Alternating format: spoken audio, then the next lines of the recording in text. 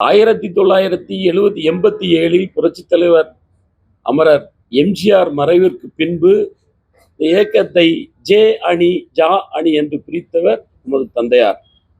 அதிமுக ஒன்றுபட்டு இருக்கும் போதெல்லாம் அதற்கு பிளவுபடுவதற்கு காரணமாக இருந்தவர் உம்முடைய தந்தை அன்று.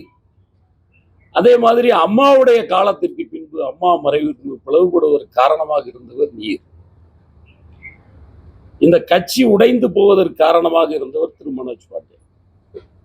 அதற்கு ஆதரவாக சென்றவர்கள் அண்ணன் ஓபிஎஸ், அண்ணன் வைத்திலிங்கம், மருது அழகராஜ், ஐயப்பன், இவர்கள் எல்லாம் நட்டாத்தில்.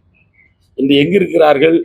இந்த இயக்கத்தை இணையுங்கள் என்று சொல்கின்றார்கள். எத்தனை வழக்குகள் போட்டீர்கள்? அன்றைய தினம் இந்த இயக்கம் ஒன்றாக இருக்க வேண்டும் என்றால் வழக்குகளை நிறுத்திவிட்டு அண்ணன் எடப்பாடியார் அவர்களிடம் சுமூகமான முறையில் பேசி கையாண்டு தீர்வு கண்டிருந்தால் இந்த இயக்கம் பிளவுபட்டிருக்க.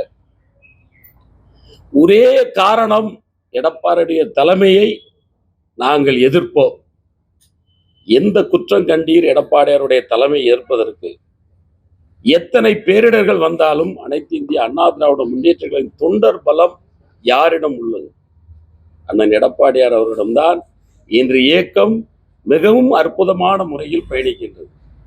தாங்கள் கூறுகின்றீர்கள் பாரதிய ஜனதாவுடைய கிளைக்கழகமாக அதிமுக செயல்படுகிறது என்று. முற்றிலும் தவறான கூற்று. நீங்கள் 2019 போட்டியிடும் போது தெரியவில்லையா உங்களுக்கு பாரதிய ஜனதாவோட கூட்டு வைத்தோம் என்று?